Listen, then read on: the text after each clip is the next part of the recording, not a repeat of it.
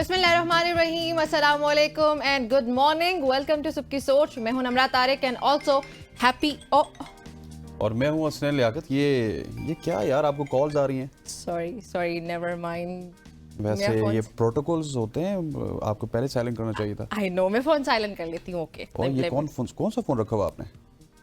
This अच्छा, iPhone वालों के लिए तो बड़ी बुरी खबर है मेरे पास। रियली? हाँ, क्योंकि मैं खुद भी जो है वो आईफोन यूजर हूँ और पिछले 2 दिन से बहुत ज्यादा परेशान हूँ। मतलब फोन साइलेंट करने के लिए मैंने फोन उठाया और आपने बुरी खबर सुना दी। बुरी खबर ये है कि आईफोन के सारिफीन के लिए अब आईफोन ने खुद भी ये इंतबाह जारी की है और बहुत सारे सारिफीन ऐसे हैं जिनको फिशिंग हमलों में उनके खिलाफ इजाफा हुआ और ये हमले खास तौर पर बुजुर्ग अफराद को निशाना अच्छा, मैं बुजुर्ग तो नहीं हूँ। नहीं, बुजुर्ग नहीं है, लेकिन आपको बुजुर्ग बना दिया जाएगा जब आपको फिशिंग हमले होंगे, आपकी सिक्योरिटी को जो है प्रोटोकॉल्स को तोड़ा जाएगा, उनके थ्रेट्स को तोड़ा जाएगा, तो डेफिनेटली आपको भी मजबूर किया जाएगा। और ये आपकी जाती मालूमात के ऊपर हमला करते हैं, आपके पासवर्ड्स के ऊपर हमला करते हैं, आपसे मतलब ये एक और काम करते हैं निमरा के आपको आईफोन की रिप्रेजेंटेशन देते हैं कि हम आईफोन से बात कर रहे हैं, एप्पल हम कंपनी से बात कर रहे हैं। हाँ। और जब कोई रिप्रेजेंटेटिव आपको बात करते हैं तो आपको पता है आप उसको पासवर्ड भी दे देती हैं, ओटीपी भी दे देती हैं और सब कुछ दे देती हैं। और इस तरह के मामला आईफोन वालों के साथ भी होना शुरू हो चुके हैं। हाँ, तो ये इसी किस्म की धोखाधड़ी करने वाले जाली कॉलर्स तो नहीं हंसते हैं, जो कि पाकिस्तान में भी अक्सर हमारे सामने इस तरह के स्कैम्स आते रहे कि वो कॉलर आपको किसी आईडी, आपकी मालूमात इस्तेमाल करके फिर खुद को कोई भी जो कंपनी, जैसे इस केस में एप्पल जैसी कंपनीज का नुमाइंदा जाहिर करते हैं और दावा करते हैं कि आपके अकाउंट को ये प्रॉब्लम है या कुछ मशकूक सरगर्मी, मशकूक एक्टिविटी हो रही है, और फिर इस तरह से आपकी अटेंशन एकदम उनकी तरफ चली जाती है। आजकल एक सस्ता स्कैम ना पाकिस्तान में ये चल रहा है निमरा कि आपके नाम से फेसबुक की आईडी बनाई जाती है, फिर उस पे आपके तमाम तर दोस्तों को ऐड किया जाता है और उनको सबसे पहले मरहले में मैसेंजर पे मैसेज किया जाता है कि मैं निमरा बात कर रही हूँ, मैं असल में फलां जगह पे हूँ, तो मेरे साथ ये सीन हो गया, मुझे इतने लाख रुपया चाहिए। तो बहुत सारे लोग, हजार भी मिल जाएं तो ऐसे गनीमत होता है। नहीं लाखों रुपए भेजे लोगों ने। और अभी कल भी हमारे एक दोस्त ने उनका अकाउंट बनाया गया उनके नाम से और उनकी सारी फैमिली को टच करते हैं, पूरा वो आपके ऊपर एनालिसिस करके आते हैं और आपकी फैमिली में आपके जो करीबी लोग हैं उनको टच किया जाता है ताकि वो जल्दी से पैसे भेजें और उसके बाद कहें निमरा हमने पैसे भेज दिए थे। यस। और वो स्कैम जो है वो इतना ऑथेंटिक किस्म का होता है, आप ये कह रहे हैं कि आप उसको जज भी नहीं कर पाते कि यार ये स्कैम हो रहा है आपके साथ। तो खैर आईफोन यूजर्स ये देखिए ये बड़ा डिफिकल्ट इस वजह से निमरा कि आईफोन की सिक्योरिटी की ही वजह से पूरी दुनिया में इतने महंगे खरीदते हैं जो भी लोग, इतना आईफोन बहुत महंगा है, लेकिन आईफोन के सारिफीन अब होशियार हो जाएं।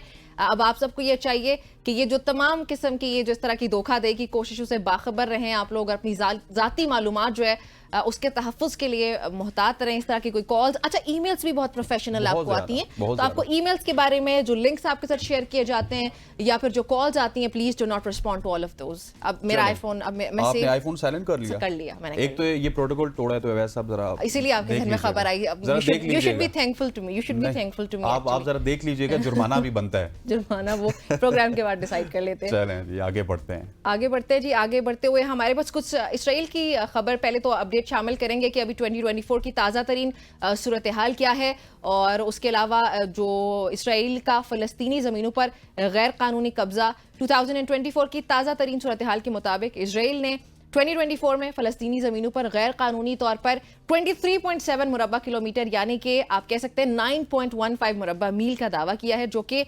25 साल में सबसे ज़्यादा ज़मीन के कब्जे का मजहर है। और ये सूरत हाल फ़लस्तीन की तारीख के कई अहम मराहिल, कई अहम फेजेस ऐसे हैं जिसके पस मंजर में सामने आई है, और इसमें कुछ मजीद आप ऐड बिल्कुल आप ठीक कह रही है। 1910 की दहाई से लेकर 1940 की दहाई तक जब उस्मानिया सल्तनत ने लेवांट हुकूमत खत्म की तो यहूदी लोगों के पास फ़लस्तीन में जमीन का तकरीबन 3% हिस्सा था, ओनली 3%। एग्जैक्टली। और बरतानवी इंतजामिया ने यहूदी इमिग्रेशन के लिए पॉलिसियां बनाई जो फ़लस्तीन में हालात को तब्दील करने का बाइस बनी। और 14 मई 1948 को बरतानवी इंतजामिया के खात्मे के बाद पहले अरब इसराइली जंग का आगाज हुआ। इस दौरान सियोनी फोर्सेस ने तकरीबन 7,50,000 फ़लस्तीनियों को बेघर किया और जमीन का 78% कब्जा कर लिया, 3% से 8 साल में। एग्जैक्टली 78% हो गया। और फिर उसके बाद हसन ये हुआ कि जून 1967 की जंग में फिर इसराइल ने तारीखी फ़लस्तीन के तमाम इलाकों पर कब्जा किया। साथ ही फिर शाम के गोलान बाइट्स और फिर मिस्र के जो जजीरा है उसका भी कब्जा कर लिया। फिर उसके बाद इसराइल ने 1980 में यरूशलेम कानून के जरिए मशरिकी यरूशलेम का इल्हाक कर दिया। फिर दावा करते हुए ये कहा कि यरूशलेम या फिर मुकम्मल और मुत्तहिद इसराइल का दारुल हुकूमत है, यानी उसको अपना कैपिटल ही डिक्लेयर कर दिया। फिर ओस्लो मुआहदों के नतीजों में मगरबी बैंक को 3 इलाकों में तकसीम किया गया, वो इलाका बी और सी। आप इलाका ए इलाका ए की बात ये है कि मुकम्मल फ़लस्तीनी कंट्रोल और इलाका बी मुश्तरका कंट्रोल जिसमें फ़लस्तीन का कंट्रोल भी है, इजराइल का भी है, और इलाका सी मुकम्मल इजरायली कंट्रोल। एग्जैक्टली। अब देखिए इन तीनों इलाकों में से ए, बी और सी में से सिर्फ एक बी रीजन वो है जहां पे थोड़ा बहुत ये जो मुश्तरका भी है वो हसनैन असल में उनके पास है नहीं, बस वैसे ही थोड़ा सा कोई दिखावा है जहां पे उनका मुकम्मल कंट्रोल नहीं हुआ अभी। खैर जी आगे बढ़ते हुए फिर 2002 की बात आ जाती है। सॉरी, इजराइल ने 2002 में एक जो है वो 700 किलोमीटर 435 मील बनता है ये इसकी एक लंबी दीवार की तामीर शुरू की जो कि मगरबी बैंक में रिहायशी इलाकों को तकसीम करती है और शहरों का अहाता करती है और खानदानों को यहाँ पे यही वाली दीवार अलहदा ऐसे ही। और आज तकरीबन 7 लाख मुस्तकिल बस्तियों के रिहायशी मगरबी बैंक और मशरकी यरूशलेम के मकबूजा इलाकों में रिहाइश पजीर हैं, जिससे इस मसले की संगीनी में मजीद इजाफा हो रहा है। और जो लोग बरतानवी करारदाद की बात करते हैं या फिर अमेरिका की बात करते हैं, मेरा ख्याल है कि उनकी आंखें यहाँ पे भी खुलनी चाहिए। अब करारदादें कहाँ पे हैं? अब जब फलस्तीनी पिस रहे हैं तो आपकी करारदादें कहाँ पे हैं? और फलस्तीनियों के पास मेरा ख्याल है अब वो जो 1940s की हमने फिगर की बात की थी ना कि 3% हिस्सा इसराइल के पास था, अब मुझे लगता है कि 3 से 6% हिस्सा सिर्फ फलस्तीन के पास रह चुका है। वो गजा पट्टी के अलावा वो ना आगे जा सकते ना पीछे जा सकते। एक पट्टी है और उस पट्टी में लाखों फलस्तीनी अभी बेयार मददगार हैं और यकीन जानिए कि 6 महीने से उनके पास खाने पीने के लिए भी कुछ भी नहीं है। बिल्कुल ऐसा ही है। ये तो अफसोसनाक सूरत हाल है जी गजा की, जिस पे हम बात करते भी रहे और इंशाल्लाह आगे भी करते रहेंगे। लेकिन हसनैन अभी मुझे आप ये बताएं कि आपके जहन में कौन सा ऐसा मुल्क आता है जब मैं ये कहूँ कि वो बहुत ही मुनफरिद किस्म की चीजें बनाते हैं? मुझे सबसे ज्यादा बहुत सारे मुल्क है, लेकिन जापान जिसकी बात की जाए मेरे जहन में चाइना का नाम भी आता है, लेकिन प्रोडक्ट्स बहुत ज्यादा मशहूर हैं। चाइना की भी और जापान की भी। यस, चाइना की भी बहुत अच्छा कोई मुनफरिद किस्म की कोई इवन खिलौना देखे ना तो वो इतना अनोखा किस्म का होता है, आप कहते हैं अच्छा ये मेड इन चाइना ही है भाई। तो चाइना के बाद अभी एक चीज होती है वो जापान की होती है, क्वालिटी बड़ी अच्छी होती है। तो जापान लिए चलूं आपको फिर जापान में जापान में और जदीद मसनूई साइल मुतारिफ किया गया जहां साल भर मुकम्मल तौर पर कंट्रोल शुदा इंडोर आबो हवा की सहूलत फराम की गई। और अब मौसम की परवाह किए बगैर निमरा आप भी और तमाम तरह हमारे नाजरीन भी किसी भी वक्त उस बेहतरीन साहिल समुद्र पर जा सकते हैं और अपना दिन अपनी फैमिलीज के साथ गुजार सकते हैं। बिल्कुल भी नहीं। वीज़ों का बड़ा मसला है पाकिस्तानियों का। वैसे हम नहीं जा सकते, लेकिन जापानियों के लिए अच्छी खबर है कि ये जो मसनूई साहिल है, अच्छी खबर है पाकिस्तान को छोड़ के। हाँ, ये बात वैसे आपने दुरुस्त किया, हमारे लिए नहीं, लेकिन हम शेयर कर रहे हैं। खैर जो हमारे ओवरसीज पाकिस्तानी है वही शायद इससे एंटरटेन हो जाए।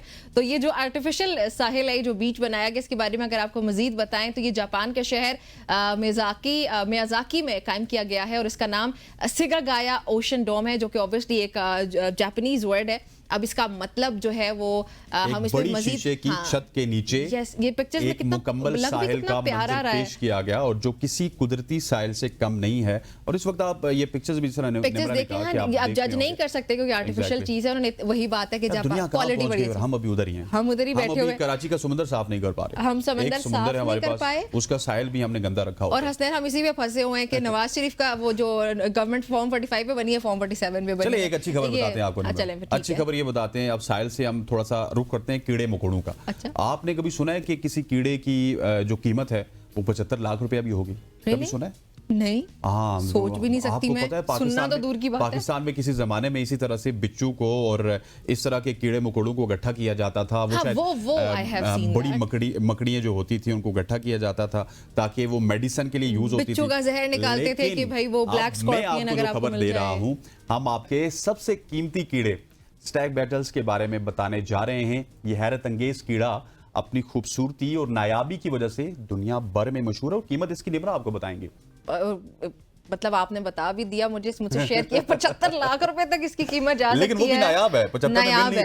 यस। और इसकी कीमत का सबब इसकी वजह ही शायद यही है कि इतनी ज्यादा कीमत इसलिए क्योंकि बहुत ज्यादा रेयर है और बहुत ज्यादा प्यारा भी है। ये आपको पिक्चर में हम दिखा भी रहे हैं, ये वाला जो बीटल है, और जो इसे दुनिया भर के कीड़ा जमा करने वालों ने एक कीमती खजाना बताया है। और ये कीड़ा खाना भी नहीं खाते, बल्कि मीठे माया जैसे दरख्त का रस या फिर सड़ते हुए फलों का जो जूस होता है। लेकिन मैं आपको निम्रा यहाँ पे एक मशवरा देता हूँ, ये अगर खाना भी नहीं खाता और माया खाता है, दरख्त का रस खाता है, सड़े हुए फलों का माया खाता है, तो हम यहाँ पे क्या कर रहे हैं? है ना, चलते हैं इसको ढूंढना चाहिए। इसको जो है दुनिया में बेचते हैं, 75 लाख के बिक रहे, हम 60 में बेचते हैं और जरा 30 कर लेंगे, लैम्बोर्गिनी वगैरह लेके आते हैं यहाँ पे, बैठ के क्या कर रहे हैं? 30 लाख कर लेंगे ना, हंसते हैं दोनों। नहीं, एक नहीं करेंगे ना, 5-6 करेंगे। जॉब छोड़नी हुई तो 5-6 ढूंढेंगे। देखिए मेरी सोच ही सिर्फ 75 लाख पे फंस गई थी, इतनी वो भी बड़ी अमाउंट है ना। सो खैर एक और हफ्ते वैसा आप कह रहे हैं, मैं भी पार्टनर हूंगा। वैसा भी हमारे पार्टनर, वो तो हमारी टीम मॉर्निंग पूरी शो कौन करेगा भाई हमारी तो जरूरत कब पड़ेगी जब 75 लाख आपकी जेब में आ रहे होंगे। मॉर्निंग शो की जरूरत किसको पड़ेगी?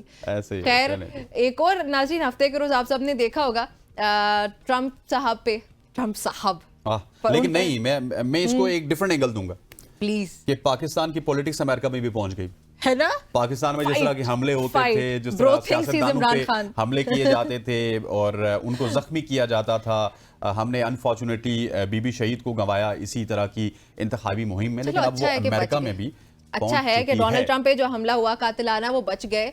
और वो इंतखाबी तकरीर का आगाज जैसे ही उन्होंने किया था नाज़रीन, तो गोलियां चलने लगी, शोर शराबा हो गया, हंगामा राई हो गई और एकदम से वहां पे डर वगैरह पैदा हो गया लोगों के दरमियान भी। सो खैर ये हमला हुआ और गोलियों के बाद जो साबिक सदर हैं वो जो गोली कान को छुआ और फिर वो उनके चेहरे पर खून के धारे बह निकले। उसके बाद हमला ऐसे वक्त हुआ जब ट्रंप जल्द ही रिपब्लिकन पार्टी की तरफ से सदारती नामजदगी कबूल करने वाले हैं। और इस हमले के बाद से वैसे अब ये कहा जा रहा है कि वो इजीली ये जो इंतखाबात हैं वो हमदर्दी का वो वोट भी जीत लेंगे ना, जिस तरह हमदर्दी हो जाती है। लेकिन मैं आपको थोड़ा सा तारीख के हवाले से बताता चलूं कि ये अमेरिका में काफी अरसे बाद हुआ। आप देख लें अगर 20-30 साल में, तो 20-30 साल के बाद हुआ। लेकिन जॉन एफ कैनेडी अमेरिका के प्रेसिडेंट थे, दीगर बहुत नाम है, उनके ऊपर भी हमला हुआ। सिर्फ अमेरिका की बात करूं, बाकी तो हर मुल्क में कहीं ना कहीं हुआ। लेकिन जॉन एफ कैनेडी बड़े पॉपुलर थे और वो उनको वहां पे काफी ज्यादा पॉपुलर माना जाता है। उनके ऊपर भी इस तरह के हमले हुए थे। अच्छा, बहुत सारे ऐसे अमरीकी सदूर की बात कर रही हूँ, कुछ ने जो है वो हमलों को सरवाइव कर लिया जैसे कि ट्रंप ने किया, और कुछ जो है वो जॉन एफ कैनेडी जैसे आपने नाम लिया वो सरवाइव नहीं कर पाए। 3-4 जो उनके सदूर है उन पे ऐसे पहले भी हमले हो चुके हैं। अच्छा हसनैन, वैसे आपको अनंत अंबानी ने इनवाइट नहीं भेजा था इंडिया से शादी पे? फीस थोड़ी ज्यादा थी, वो पे नहीं कर पाया आपको। मेरे साथ भी यही हुआ, उन्होंने मुझे भी इनवाइट किया था, लेकिन मैं एक तो बिजी बहुत ज्यादा थी, इतने छोटे मोटे इवेंट्स पे मैं जाना पसंद ही नहीं करती। मैंने उनको बताया कि मेरे थोड़े कुछ बड़े इवेंट्स हैं जो कि मैं वहां पे शरीक होना है, इसलिए I was just busy there you know. लेकिन अनंत अंबानी की शादी का हवाल तो हम डिस्कस कर ही सकते हैं जब हम दोनों ने इनकार कर दिया। वैसे अरबों खरबों रुपए एक शादी पे लग गए और ये शादी बिला आखिर खत्म होने के करीब हो चुकी है, समझ में हो गई। अब इस शादी के हवाले से हम आखिरी दफा जिक्र करेंगे, आखिरी दफा ही जिक्र करेंगे क्योंकि मेरे ख्याल में इसको मजीद पब्लिसिटी देनी नहीं चाहिए। जितने पैसे हमें आए ना, वैसे सब कह रहे हैं तो यही करते हैं, यही डिवाइड जिक्र कर लेते हैं। हाँ बिल्कुल सही बात है। सो नाज़रीन, अनंत अंबानी की ये जो बैनुल अक़वामी शादी इसको कहेंगे, ये 8 महीनों के जश्न के बाद और मेहमान नवाजियों के बाद वो राधिका मर्चेंट के साथ कंप्लीट हो चुकी है। बहुत सारे इवेंट्स और इसकी वीडियोस आपने, मैं भी खुश हुई हूँ क्योंकि जॉन सीना आई थी। यस, मैं खुश हुई क्योंकि किम कार्डेशियन आई, क्लोए कार्डेशियन आई थी वहां पे, निक जोन्स भी आए। हाँ, वो भी आए और फिर प्रियंका चोपड़ा तो ऑब्वियसली उन्होंने तो आना ही था। खैर नाज़रीन, इस पे बॉलीवुड सितारे जो हैं या फिर पूरी दुनिया के सितारे, चाहे वो किसी भी शोबे से हैं, क्रिकेटर्स हो गए, किसी भी स्पोर्ट्स से ताल्लुक रखने वाले प्राइम मिनिस्टर्स आए, करंट, उनके पास्ट और वो former president, prime minister, yes वो भी गए। एग्जैक्टली। और कौन कौन सा नाम लेंगे आप नाम लेना शुरू कर देंगे। मैं असल कहानी आपको बताता चलूं, जितने भी गए उनका खर्चा, उनकी टिकटिंग, उनकी होटलिंग और बहुत सारे लोगों को करोड़ों रुपए उनकी जेब में भी डाले गए अंबानी साहब की जानिब से। और जो उन्होंने हसनैन कॉन्सर्ट्स ही करवाए, जस्टिन बीबर थे और उसके अलावा उन्होंने बहुत सारे सिंगर्स जैसे हैं, आपको बेबी काम डाउन, वो सब सिंगर जो है वहां पे मौजूद थे। एक कार्ड शादी का 20 से 25 लाख रुपए का था। Can you imagine? और उनके एक इवेंट के जो अनंत अंबानी की वेस्ट कोट थी वो मैंने देखी थी, उसकी के इंटरनेट पे price that was worth 6 crore rupees, वो भी इंडिया के, जो कि अंबानी साहब निमरा को अफोर्ड नहीं कर सके। मुझे अफोर्ड नहीं कर सकते थे वो, सही बात है। तो वो ना हसनैन, अगर इंडियन 6 करोड़ रुपीस हैं तो वो कितना बनता है? हाँ ऐसे ही है, वो पाकिस्तानी बहुत ज्यादा बनता है मेरे ख्याल में, हमारा तो डबल हो जाता है वो। ठीक है, खैर तो ये सूरत हाल है जी इस शादी लेकिन की। एक मैं आपको बताऊं कि ये काफी मुल्कों की जो जीडीपी है ना, उससे ज्यादा का खर्चा एक शादी पे हो गया। बिल्कुल ऐसे ही बहुत से ठीक मुल्कों कह की रहे हैं इतनी जीडीपी नहीं है जितना और अंबानी साहब ने अपने बेटे के लिए आप शादी पे लगा दिया। और गोलू मोलू से बच्चा, गोलू मोलू सा उनका जो बेबी है, और बर्गर बेबी उनका, उसकी शादी हो गई है फाइनली। पूरी दुनिया के मेहमान। आपने कभी ऐसे से पहले सोचा था कि ऐसी शादी हो सकती है इंटरनेशनल? नहीं ऐसे नहीं, लेकिन बड़ा अब ये सोचेंगे ना। तारीखी एक शादी अब है अंबानी एक साहब ने लिहाज हमें बता दिया कि आपको सोचना चाहिए कि इस तरह भी आप शादी कर सकते हैं जिसमें अरबों नहीं खरबों रुपए अच्छा, लगे इसमें से एक और पूरी दुनिया आए। और उन्होंने एक बात बता दी कि पूरी दुनिया में हर बंदा, कोई भी प्राइम मिनिस्टर है, कोई भी क्रिकेटर है या फिर फिल्म स्टार है, पैसा दो और सबको कर लो। एग्जैक्टली ऐसा ही है।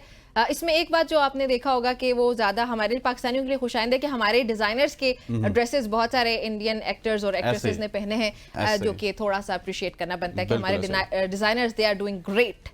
ठीक जी, अब आगे चलते हैं। यूरोप कप के हवाले से आपको बताते हैं, यूरो कप में स्पेन ने इंग्लैंड को हराकर चौथी बार टाइटल अपने नाम कर लिया। यूरो कप, अगर निमरा आपको बताते चलूं तो one of the premium cup है जो कि पूरे यूरोपियन टीमें खेलती हैं और यूरोपियन टीमें एक दूसरे के साथ मद्दे मुकाबिल होती हैं, जहां पे स्पेन ने इंग्लैंड को 2 के मुकाबले में 1 गोल से शिकस्त दी। और इंग्लैंड ने भी अच्छी फुटबॉल खेली और स्पेन ने थोड़ा सा बेहतर खेली। 2-1 से वो ये कप अपने नाम करने में कामयाब हो चुके हैं। और स्पेन में इस वक्त जश्न है।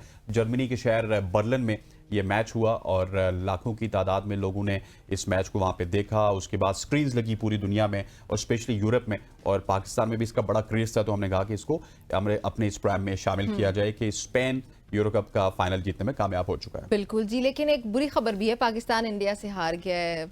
हाँ, एक हमने जीता, एक उन्होंने हार लिया, तो क्या हुआ? सही है, दैट्स ओके। हम फिर भी वैसे अगर हमारे जवान उनसे नहीं जीत सकते, हमारे जवान अगर उनसे नहीं जीत सकते तो बूढ़ों से हमें क्या उम्मीद लेजेंड्स अगर ना भी जीते तो कोई इतनी बड़ी बात नहीं है। लेकिन अभी वैसे करंट सिचुएशन के मुताबिक where do we stand? Current situation के मुताबिक करंट टीम की बात कर रहे हैं, हमारी 7वें 8वें नंबर पे स्टैंड कर रहे हैं हम। 7वें 8वें नंबर पर, ओके चलें, तो अच्छी पोजीशन है हम लोग। मतलब आगे जाएंगे, क्या सीन है? नहीं, आगे जाएंगे इंशाल्लाह। इतनी ज्यादा अंधेर नहीं है, लेकिन बहुत सारे लोग ये कह रहे हैं शायद सर्जरी की जरूरत है। बहुत सारे लोग शाहीन शाह अफरीदी को ही मुहूर्त मैं तो कहती हूं बाईपास कर दें। लेकिन मैं समझता हूं कि Shaheen Shah Afridi is not the only culprit in Pakistan cricket team.